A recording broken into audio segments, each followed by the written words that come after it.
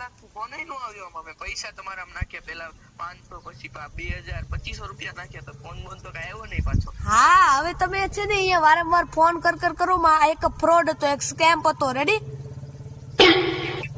એ મોડું હોય હું તે કેસ કરીશ તમારા ઉપર એમ થોડું હાલે.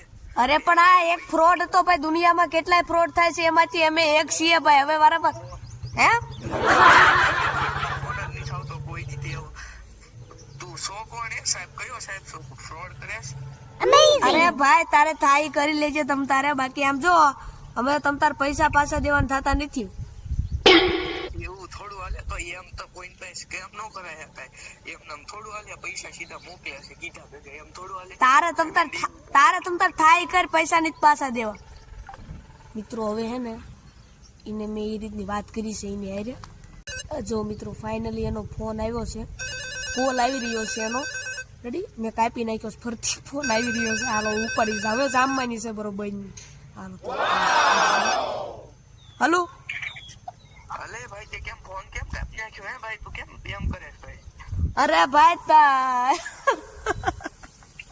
એટલે દર્શક હું છું એટલે તુરખાથી ભરતી બોલું દર્શક.